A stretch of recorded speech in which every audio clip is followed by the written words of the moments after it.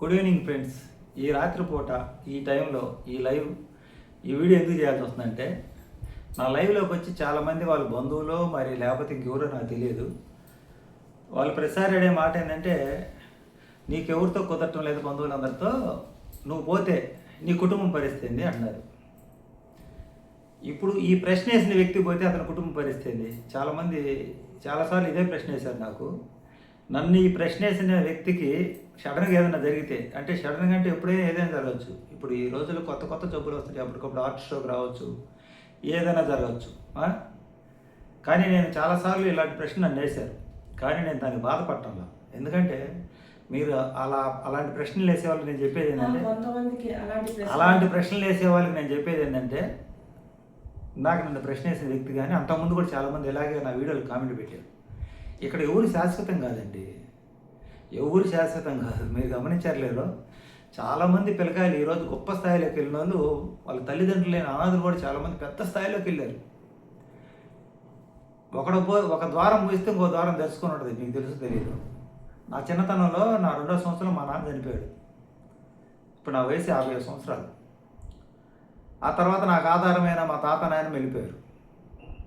ఆ తర్వాత మా బాబాయ్ దగ్గర నుంచి పని మానుకుంటే, నా దగ్గర నుంచి పోతే నువ్వు ఎలా బతుకుతాను మా బాబాయ్ అన్నాడు. మా బాబాయ్లు కూడా లేరు ఇప్పుడు.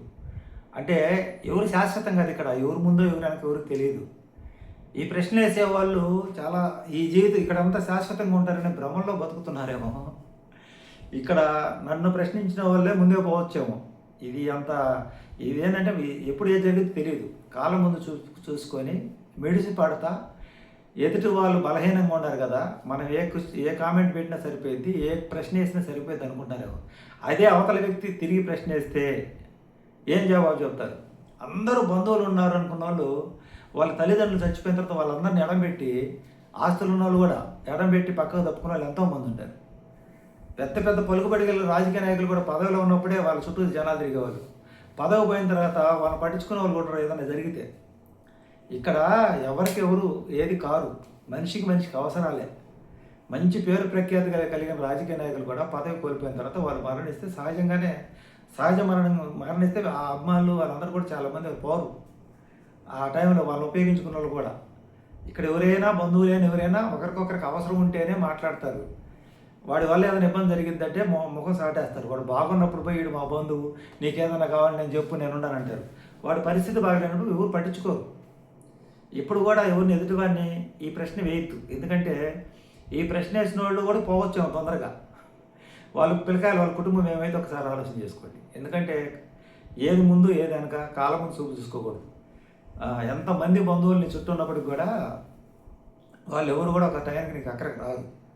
బంధువులు అనేది మనం ఏదైనా కార్యక్రమం చేస్తే తినిపోవడానికే కానీ మనకు సమస్యలు వస్తే ఆ సొంత అత్తమామ కూడా నీకు పలకరు, బావమరిది కూడా. ఇది 100% నిజం. ఎందుకంటే ఊపిరి పోయే సమయంలో నేను ఎదుర్కొన్న సమస్య అది. మనం బాగుంటే మా అల్లుడు, మా బావ, మా అక్క అని పరిగెత్తుకుంటూ వస్తారు. ఇది నా విషయమే కాదు, ఎవరి విషయమైనా కానీ. ఎవరో కొద్దిమంది ఉంటారేమో సెంటిమెంట్గా, ఒకరికొకరు ఉంటారు మానవత్వం గల వాళ్ళు, ఎక్కడో ఉంటారు తక్కువ ఇప్పుడు ఉన్న రోజుల్లో. అలాంటి వాళ్ళు దొరికితే అదృష్టమందిలో వాళ్ళని వదులుకోవద్దు. అలాంటి బంధువులు కానీ అలాంటి స్నేహితులు కానీ వదులుకోవద్దు. కానీ అవసరానికి మనిషి బాగున్నప్పుడు దగ్గర చేరి, మనిషి బాధలో పక్కకు చేరి అత్తమామ, బావమరుదులు, మరదళ్ళు. ఈ మరదళ్ళు అంటే మళ్ళీ నా మీద గొడవ రాదు, దయచేసి చదువుతున్నా. అది ఒక పేరు అంతే సబ్జెక్ట్. అంటే సమాజంలో ఈ దాయాదులు, అన్నదమ్ములు, చిన్నాన్న పెదనాన్న పిల్లకాయలు, దాయాదులు, ఏళ్ళు ఇడిచిన వాళ్ళు, కాళ్ళు ఇడిచిన వాళ్ళు 1000 మంది ఉండొచ్చు. నీ పరిస్థితి బాగుంటే నీ చుట్టుముడతారు. నీ పరిస్థితి బాగలేకపోతే నీ పక్కన ఉన్నా వాళ్ళు పక్కకి వెళ్ళిపోతారు. వీడి వల్ల ఉపయోగం లేదు, అవసరం లేదంటే. ఇది 100% పక్కా నిజం. అలాంటివన్నీ నేను చూసినండి. మీరు బంధువులు లేకుండా ఎలా బతుకుతారని మీరు బంధువులు లేకుండా బతకలేనప్పుడు బంధువులతో జిగిరి కలుసుకున్నానండి. అంతేగాని బంధువులందరినీ దూరం పెట్టిన దగ్గరికి వచ్చి రేపు నీకు పోతే నీ కుటుంబ పరిస్థితి, మా అమ్మ పోయింది, మా కుటుంబాన్ని ఎవరు పలకరించారు? ఒకరన్నా ఫోన్ చేసి పలకరించలా. నాకు కరోనా వచ్చి హాస్పిటల్ పెట్టి నుంచి బయటకు వచ్చా, ఒకరన్నా ఎలా ఉండమని పలకరించలా. తర్వాత నేను ఒకరి దగ్గర ఎవరో మరణిస్తే మా బంధువులు వాళ్ళ ఇంటికి పోతే నన్ను పలకరించాల, ఈ బతికి బయటపడి వచ్చారని చెప్పి దూరంగా పోయి నన్ను చూసి. అలాంటి సమాజంలో మనం ఉన్నాం. ఇక్కడ ఎవరికెవరు పెద్దమ్మ, చిన్నమ్మ, అక్క, తమ్ముడు, చెల్లి, బావ ఇవన్నీ మోసంతో కూడినటువంటి బంధాలు. నిజం చెప్తాను నేను 100%. ఒక డబ్బు మాత్రమే నిజం. అది ఉంటే అందరూ వస్తారు. అది ఉన్నప్పుడు నీకు కళ్ళు నెత్తికెక్కితే అందరు గుర్తుపెట్టుకుంటారు నీ పరిస్థితి బాగాలేనప్పుడు ఎప్పుడు దెబ్బ కొడదామని. డబ్బు మాత్రమే అన్ని సందర్భాల్లో పనిచేస్తుంది. అది ఉన్నప్పుడు కళ్ళు ఎక్కించుకొని జాగ్రత్తగా ఉండాలి ఎవరైనా కానీ. ఒకటి మాత్రం నిజం, నీకు సహవాస దుఃఖాలు గతులు తప్పేనాడు, మృత్యుదేవత వచ్చి మెడలు విరిచేనాడు, అన్నదమ్ములు రాదు, ఆలుబిడ్డలు రాదు, ఐశ్వర్య బలము నిన్ను ఆదుకున్నాడు రాదు, దైవ చింతనగా నాడు తావులేదు. దైవాన్ని నమ్ముకున్నాడు ఎలాంటి పరిస్థితుల్లో కూడా సంతోషంగా వెళ్ళిపోతాడు. వాడి కుటుంబం కూడా రక్షించబడింది. ఇప్పుడు మా అమ్మగారు చనిపోయి 3 సంవత్సరాలు. ఆమె బతుకున్నంతకాలం అందరితో మంచిగా ఉండేది. ఎందుకంటే నాకు ఒక్కడే కొడుకు, వాడికి రేపు ఏదైనా అవసరం వస్తే పలుకుతాను అందరికీ చెప్పేది. అక్కడ లోకల్గా ఉండే కొంచెం పెద్ద వాళ్ళందరూ కూడా చెప్పింది, నా కొడుకు నాకు కంట కనిపెట్టిండండి అని. ఆమె చనిపోయింది. మాకు ఎవరు బలకలా మాకు. ఆమె నమ్ముకున్న వాళ్ళందరూ కూడా ఎవరు బలకలా. ఆమె చూస్తుంది ఇప్పుడు. మీరు అంటున్నారు కదా బంధువులనే, మీరు పోయిన తర్వాత కూడా మీ కుటుంబ పిల్లల పరిస్థితి కూడా ఇంతే. మీరు అందరి దగ్గరికి పోండి, అంతమంది దగ్గరికి మీరే ఇంకా అనాథలు అవుతారు. ఇట్టన్నోళ్ళు అనాథలు అవుతారు వాళ్ళ పిల్లకాయలు.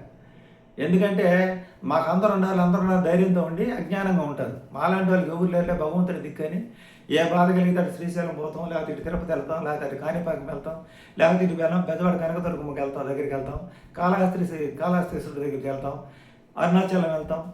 మాకు వాళ్ళే తల్లి తండ్రి గురువు దైవం సర్వమని దేవుడు కాళ్ళు కొట్టుకుంటాం మేము. అందువల్ల మమ్మల్ని ఎప్పుడు కూడా భగవంతుడు రక్షిస్తారు. మాలాంటి వాళ్ళకి ఏ దిక్కు లేనివాడు దేవుడి దిక్కని. కానీ మనుషులను నమ్ముకున్నారు చూడండి, మీరు మనుషులను నమ్ముకున్నారు. ఈ కామెంట్ ఇందాక నన్ను లైవ్లో ప్రశ్న అడిగి వెళ్ళిపోయాడు అతనికే చెప్తున్నా. నీ పరిస్థితి చూసుకో, నువ్వు మనుషుల్నే నమ్ముకో, లాస్ట్కి నీ పరిస్థితి ఎలా అయితే ఒకసారి చూసుకో. కామెంట్ పెట్టినోడికి రిప్లై అయ్యింది కదా, నీ ఒక్కడిగా కాదు, ఇలా చాలామంది నాకు కామెంట్లు పెట్టారు. ఈరోజు మీకు అందరూ ఉండాలని మురిసిపోవద్దు, మిడిసి పడద్దు. మీ పరిస్థితి లాస్ట్లో చూసుకోండి. ఏదైనా లేకపోతే నేను చెప్తున్నా డైరీలు రాసి పెట్టుకోండి, నాకు ఈ బంధువులందరూ అక్కడికి వస్తారని. నువ్వు పోయిన తర్వాత నీ నీకు తెలియదు, నువ్వు మళ్ళీ చూసేది ఏం జరగదు. నువ్వు పోయిన తర్వాత ఏం జరిగిందో కూడా నీకు తెలియదు. కోట్ల ఆస్తి సంపాదించిన, నీకు ఎంత 1000 ఎకరాల పొలం ఉన్నా నువ్వు పోయిన తర్వాత ఏం జరిగిందో నీకు తెలియదు. తీసుకుపోయి అక్కడ కోడి పిల్లలు ఇచ్చేసినట్టు రాస్తారు. కాకపోతే అక్కడ తీసుకుపోయేదాకా మేళతాళాలతో తీసుకెళ్తారు, బాగా కొంచెం డబ్బులు ఉన్నవాడిని పూలదండలతో తీసుకెళ్తారు. ఎక్కడ తీసుకెళ్ళినా మట్టిలో పూడ్చిపెట్టేదే, లేకపోతే కట్టెల్లో కాల్చేదే, లేకపోతే ఇంకేం చేస్తారు. ఈ 2 మార్గాలు, మట్టిలో పూడ్చిపెడతారు, కట్టెల్లో కాలుస్తారు. ఈ 2 జరుగుతాయి. తర్వాత నువ్వు చూడవు, నేను చూడను. కానీ ఉన్నంతకాలం ఈ బంధువులు కావాలి అని చెప్పి వాళ్ళ చీచా అనిపించుకొని హీనంగా మాట్లాడించుకొని బతికుండా చచ్చిపోయినట్టు అనమాట. బతికినంతకాలం రాజాగా బతకాలి. పోయిన తర్వాత ఎవరు చూస్తారు బ్రో? ఎవరు చూస్తారు? పోయిన తర్వాత ఎవరు చూస్తారు? నీకు ఒక అక్కర్లేని బంధువు, అక్కడికి రాని చుట్టం, మొక్కిన వరం లేని దేవుడు ఉండనేలా ఓడనేలా అన్నారు. మనకు అక్కడికి రాని వాళ్ళందరూ ఏంటో మనం సీతే ఊడిపోయి ముక్కులు పట్టుకుని వాళ్ళ ఇంకెళ్తా పడి బాబు అయ్యా ఏం ఉపయోగం? వాళ్ళ చేత చీచా అనిపించుకోవడానికి. నీతో మంచిగా ఉంటే బంధువులతో ఉండు. మనం ఎంత సహాయం చేసినా బంధువులు మనల్ని మంచి అనరు. బంధువులు మంచి అనేది నీ దగ్గర వెలుగున్నని చెప్పే. నీ వెలుగుపోయిన తర్వాత ఎంతలో గొప్పవాడు అయినా కానీ నీకు ఏదైనా ఆపద వస్తే ఒక్కడు కూడా పట్టించుకోడు. నువ్వు ఎంతమందికైనా సాయం చేయి, ఇది 100% పక్కా. నీకు ఎవడైతే రుణం ఉంటాడో వాడెవడో వచ్చి సాయం చేస్తాడు. ఏది వీళ్ళు కాదు, నీకు ఎవడో రుణం ఉంటాడు కదా జన్మలో, వాడొచ్చి సాయం చేస్తాడు. వాడు నీకు తెలియదు, ఎందుకు చేసాడో కూడా తెలియదు. ఇది 100% కరెక్ట్. నువ్వు నమ్ముకో, నువ్వు శాశ్వతంగా ఉండు, బంధువులు నమ్ముకో, హ్యాపీగా ఉండు. నువ్వు పోయిన తర్వాత కూడా నువ్వు చూస్తావు కదా నీ కుటుంబాన్ని. పిచ్చోడా, మనిషి ఊపిరిపోయిన తర్వాత ఈ జనాలతో ఈ మానవ సంబంధాలన్నింటితో తెంచుకొని పోతారు. పోయిన తర్వాత నువ్వు చూసేది, నేను చూసేది సినిమా. ఎల్లకాలం ఎవరు చూడరు. మనకన్నా మేధావులు పోయారు, దేశాలను పరిపాలించిన వాళ్ళు పోయారు, రాజ్యాలను కొల్లగొట్టిన రాజులు పోయారు, వాళ్ళు కట్టించిన గుళ్ళు గోపురాలే ఉన్నాయి. చరిత్ర సాక్ష్యంగా అంతే. మహా గొప్ప వాళ్ళు వెళ్ళిపోయారు.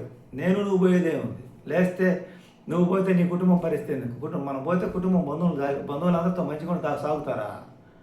ఇవన్నీ భ్రమలు. ఈ భ్రమలో బతికితే నీకన్నా మూర్ఖుడు ఇంకోడు ఉండరు. ఇది నీ ప్రశ్నకి నా జవాబు.